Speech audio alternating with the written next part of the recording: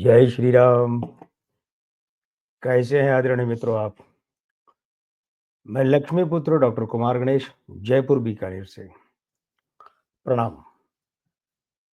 कल जब मैं आपसे बात कर रहा था कि विवेकानंद जी की जयंती और राष्ट्रीय युवा दिवस पर उनके लिए अपनी लिखी एक कविता मैंने उन्हें अर्पित की थी, आपके सामने रखी थी। तब मैंने आपसे ये भी कहा था कि अगले 2-1 दिन और हम विवेकानंद जी की बात करेंगे। तो लीजिए, आज मैं विवेकानंद जी से संबंधित एक और किस्सा लेकर आया हूँ। ये किस्सा निजी तौर पर मेरी अपनी ज़िंदगी में बहुत महत्व रखता है और ये किस्सा मुझे एक ऐसे स्रोत से पता चला कि जिनके प्रति मेरी बहुत श्रद्धा और आस्था जब वे जीवित थे तब भी थी और आज भी है। मित्रों, आपको याद होगा कि एक वीडियो एक किस्से के रूप में आपके सामने मैंने रखा था और ये कहा था कि इन्होंने अश्वत्थामा के दर्शन किए थे, देखा था उन्हें। तो उस वीडियो में जिनका मैंने ज़िक्र किया था, बीकानेर में मेरे पड़ोस के एक महान व्यक्तित्व जब दुनिया में नहीं है, जिन्हें मैं काका साहब यानी चाचा जी कहता था, डॉक्टर मेघराज रांकावत। याद है ना आपको वो वीडियो, उनका ज़िक्र? तो ये किस्सा मुझे उनसे पता चला और उन्हें एक अंग्रेजी पुस्तक में ये पढ़ने को मिला और वो पुस्तक थी एनी बेसेंट की। तो और एक बात ये भी है कि 14 नवंबर 1991, लगभग सवा 33 बरस पहले, ये किस्सा मेरा लिखा हुआ हिंदी में अखबार में छपा था। मैं जिस बीकानेर शहर की बात करता हूँ या जिसका मैं जाया जन्मा हूँ, वहाँ का एक बड़ा प्रतिष्ठित अखबार है, दैनिक युगपक्ष। तो उस युगपक्ष में ये 14 नवंबर 1991 को ये मेरा आलेख छपा था। फिर से देखिए, अनन्य आस्था के पल्लवित सुमन, इस नाम से, ठीक है? तो अब मैं यही किस्सा आपको सुनाने जा रहा हूँ। हुआ क्या है कि एक बार परमहंस जी अ, शिष्यों के साथ बैठे थे, शारदानंद, महेंद्रनाथ, लाटू, नरेंद्रनाथ, ये सब लोग थे। तो वो प्रवचन दे रहे थे। ये प्रवचन मैं आपको फिर किसी अलग किस्से के रूप में सुनाऊंगा। तो ये प्रवचन खत्म होने के बाद वो जो निष्कर्ष उन्होंने बताया था, वो सुनकर नरेंद्रनाथ, यानी तब वो विवेकानंद नहीं हुए थे, तब सन्यासी ऐसे इस रूप में नहीं हुए थे, वो नरेंद्रनाथ ही थे। तो उनके मन में, चेहरे पर वो प्रश्न चिन्ह झलका, जो मन में पैदा हुआ ना कि ठीक है, परमहंस ने, भट्टाचार्य भट्टाचार्य कहा जाता था परमहंस को, भट्टाचार्य ने जो कहा वो तो ठीक है, पर ये बात कुछ जमी नहीं। तो फिर परमहंस ने देखा उनके चेहरे की तरफ और देखकर कहा, नरेन, लगता है तुम्हें मेरी बात पर विश्वास नहीं हुआ। तो बेटा, जिस दिन तुम स्वयं प्रभु श्री राम की ऐसी अनुभूति कर लोगे, तब तुम्हें मेरी इस बात पर विश्वास हो जाएगा।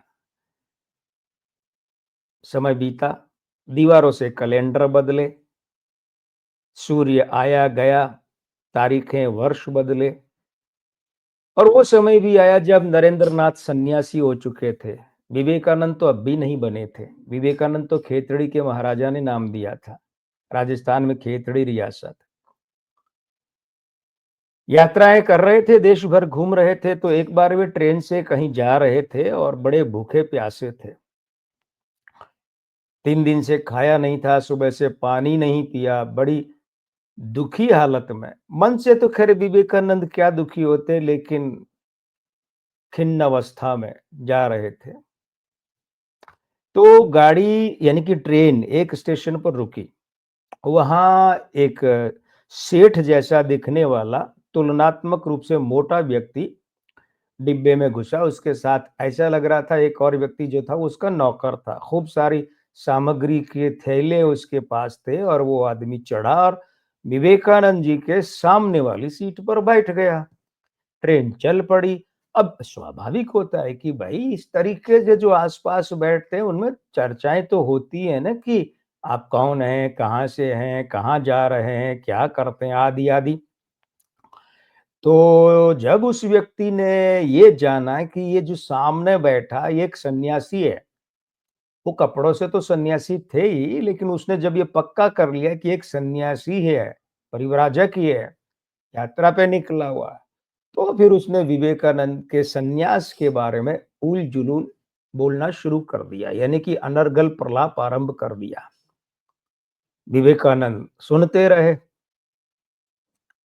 क्या करते? कूपा छोड़कर यानी वो डिब्बा छोड़कर तो जाने से रहे, कूपे में ही बैठे थे, अपनी सीट पर बैठे थे।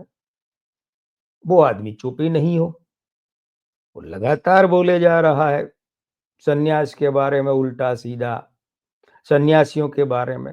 विवेकानंद जी दुखी हो गए, उन्होंने हाथ जोड़कर कहा, महात्मन, महाशय, महोदय, मैं पहले से ही व्यथित हूँ, आप मुझे व्यथित मत कीजिए और देखिए मैंने 3 दिन से कुछ खाया नहीं है, सुबह से तो पानी भी नहीं पिया है, तो कृपया मुझे और व्यथित मत कीजिए।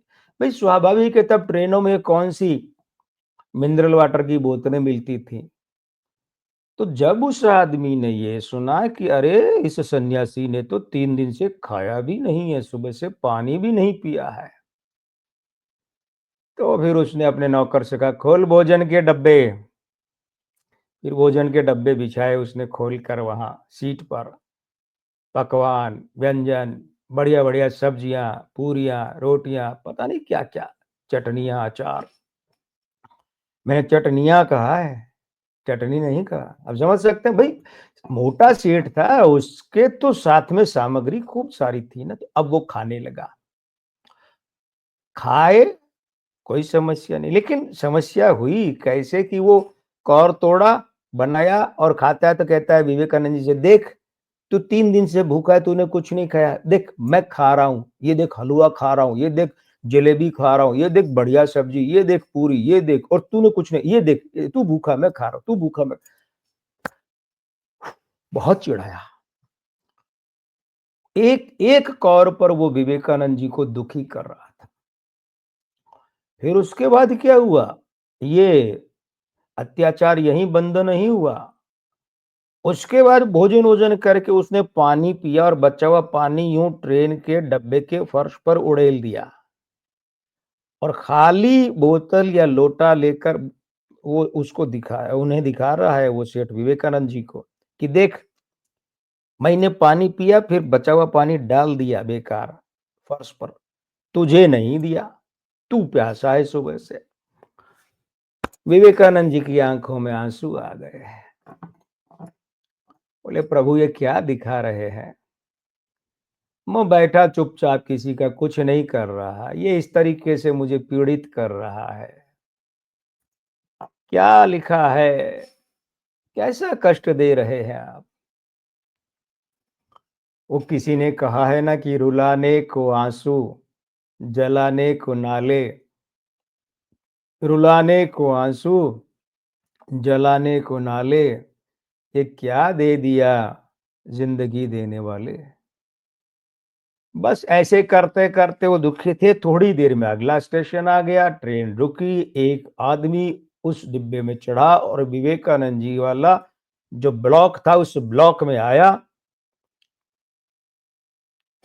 अंगोछा पहने, मतलब घुटनों तक की धोती पहने, आधे बाजू का मैला कुचैला सा कमीज पहने, हाथ में थैला, थैले में भोजन, टिफिन, बगल में आसन दबा हुआ, दूसरे हाथ में, बाएं हाथ में पानी की केतली लेकर आया और स्वामी जी के चरणों में प्रणाम करके बोला, महाराज जी ये आपके लिए है। विवेकानंद जी ने कहा कि भाई देखिए आपसे कोई त्रुटि हुई है, मैं तो आपको पहचानता तक नहीं, जानता तक नहीं, है मेरे लिए कैसे है? आप संभवतः गलत डब्बे में गलत व्यक्ति के पास आ गए। तो उस आदमी ने कहा नहीं, मैं सही डब्बे में सही आदमी के पास आया हूँ, ये आपके लिए ही है। विवेकानंद जी का मन हुआ, फिर उन्होंने पूछा, भैया ये कैसे संभव है? तो उसने कहा, संभव है, मैं आपको बताता हूँ सारी बात। फिर वो परिचय देने लगा। उसने कहा कि मेरी इस शहर में एक छोटी-सी दुकान है, मैं हलवाई हूँ और आज क्या है कि गर्मी ज़्यादा, तो इस वजह से दोपहर में ग्राहक थे नहीं, तो मैं अपने आसन पर बैठा-बैठा ऊँघने लगा। ऊँघना मतलब पक्की नींद तो नहीं, लेकिन कच्ची नींद में घुसने लगा। तो मुझे झपकी आ गई, मेरी आँख लग गई, तो मैं क्या देखता हूँ कि मेरे सामने सपने में मेरे सामने प्रभु श्री राम आए हैं और वो आपके बारे में बता रहे हैं कि इस तरीके से ट्रेन इतने नंबर प्लेटफ़ॉर्म पर आएगी, उसके इस डिब्बे में इस सीट पर ऐसे-ऐसे दिखने वाला, ऐसे-ऐसे कपड़ों में एक सन्यासी बैठा है और वो बहुत दुखी है, भूखा है, प्यासा है, तुम उसके लिए भोजन-पानी लेकर जाओ। मेरी आँख खुल गई, मैंने सोचा ऐसे ही जंजाल आया होगा, ऐसे ही स्वप्न आया होगा, आ गया। अब तो मैं कुर्सी से उठा और आराम से पसर के सो गया दुकान में। थोड़ी ही देर बाद मुझे ऐसे लगा जैसे कोई झिंझोड़ कर बुरी तरह झिंझोड़ कर जगा रहा है। मैंने देखा प्रभु श्री राम उसी वेश में फिर सामने है। वो बोले, अरे जल्दी कर, उस सन्यासी की ट्रेन आने वाली है, जल्दी कर, फटाफट भोजन और पानी लेकर जा उसके लिए। मेरी आँख खुली तो मैंने देखा कि पहले मैं यहाँ सोया हुआ था, अब मैं 2-4 फीट दूर लेटा हुआ हूँ। मतलब ये झिंझोड़ के वाक़ई मुझे उन्होंने जगाया है। अब वो सन्यासी बोला कि मैं फटाफट उठा और भोजन तैयार किया, मिठाई वगैरह, पूड़ी-वूड़ी ली, सब्ज़ी ली और मैं पानी की बोतल, राशन लेकर आपके लिए आया हूँ। आप ग्रहण कीजिए।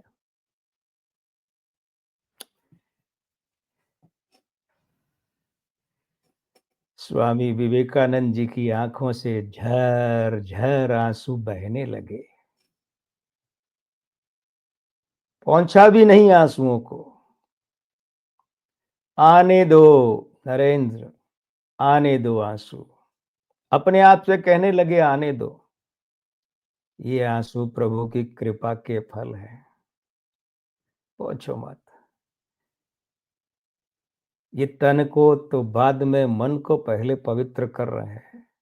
स्वामी जी ने भोजन किया, पानी पिया, भोजन पानी को प्रणाम किया, उस व्यक्ति को प्रणाम किया और गुरुदेव रामकृष्ण परमहंस का स्मरण करके प्रणाम किया कि गुरुजी, गुरुदेव, आपके वचन सत्य सिद्ध हुए। आपने प्रभु श्री राम को लेकर जो बात मुझे उस दिन कही थी, प्रणाम गुरुदेव, प्रणाम, प्रणाम। अब मैं कल वाले किस्से में संभवतः आपको ये बताऊंगा कि वो कौन सी बात थी जो मैंने इस किस्से के शुरू में कही और जो बात स्मरण करके स्वामी विवेकानंद जी ने गुरुदेव रामकृष्ण परमहंस को प्रणाम करके कहा कि वो आपकी बात सही थी। कौन सी थी वो बात, ये कल के किस्से में। आज का किस्सा बस इतना ही। प्रणाम महान विभूतियों रामकृष्ण परमहंस जी और स्वामी विवेकानंद जी को। मित्रों, कैसा लगा आपको यह किस्सा? अच्छा लगा तो पसंद कीजिएगा। अगर हमारा चैनल आपको अच्छा लगता है तो सब्सक्राइब कीजिएगा। नहीं भी लगता है तो अपना स्नेह बनाए रखिए। मैं लक्ष्मीपुत्र डॉक्टर कुमार गणेश, जयपुर बीकानेर से। प्रणाम।